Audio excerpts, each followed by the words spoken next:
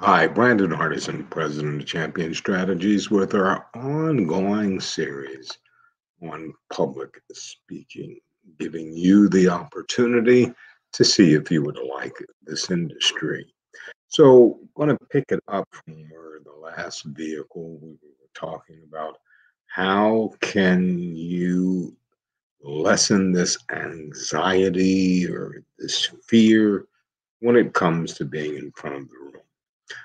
Wanted to let you know that someone had contacted me and said we need to spend more time on the teaching element because teachers do a lot of it. So we're finishing up her email address and hopefully she's getting something out of it. So, how can I overcome my fear of public speaking?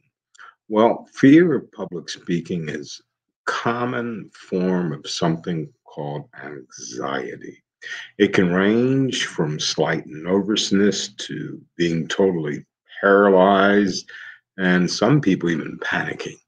Many people with this fear avoid public speaking situations altogether, or they suffer through them with shaking hands and a quivering voice. But with preparation and persistence, you can overcome the fear. Uh, know your topic. The better you understand about what you're going to be talking about makes the audience at ease, makes you well at ease. Get organized. If you know when the date you're going to speak, let's start getting our research together. Let's start getting our content together so you can put it in an outline form so it'll flow for you. We have to practice. We have to practice. I'll say it again. We have to practice. And then on top of that, practice again, whether it's video, whether it's a mirror, whether it's audio, whether it's a fake audience of your friends and family members. You have to practice in order to get critiqued. And from that critique, we should know a lot better about what your presence on front of the room should be. There's going to be other challenges, specific worries. When you're afraid of something, you may overestimate the likelihood of bad things happening. List your specific worries, then directly challenge them by identifying probabilities for each one of those things happening while you're talking. We also need to realize to visualize success. No good competitive person that I know at any range from middle school going up, if you want something bad enough, if you see yourself winning, you visualize that catch, you visualize that hit, whatever you're looking for, you create it. Then when you're presenting, guess what the audience is getting? Pure you with no anxiety. Always do some deep breathing.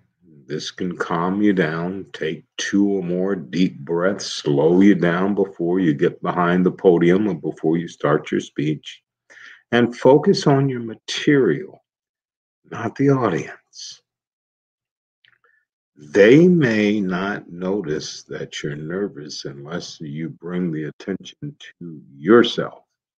So, if audience members do notice that you are nervous, they may root you and say, I don't know if I believe the content or the message that you were trying to convey to us with that. And also, don't feel that a moment of silence, if you lose your train of thought, will throw you off.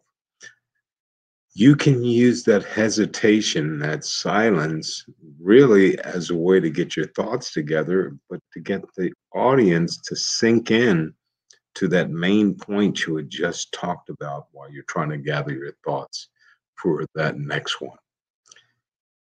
Public speaking has a lot of moving parts, but as a teacher in front of an audience, being your students most of the time, or if you're with your colleagues, or with parent or guardians, All of those can be things you should be able to handle. Now, if you were doing a presentation to a community, maybe a holiday event or something that you're advising and leading students, yeah, that's a different realm. So that's where public speaking needs to be really taken up to another level.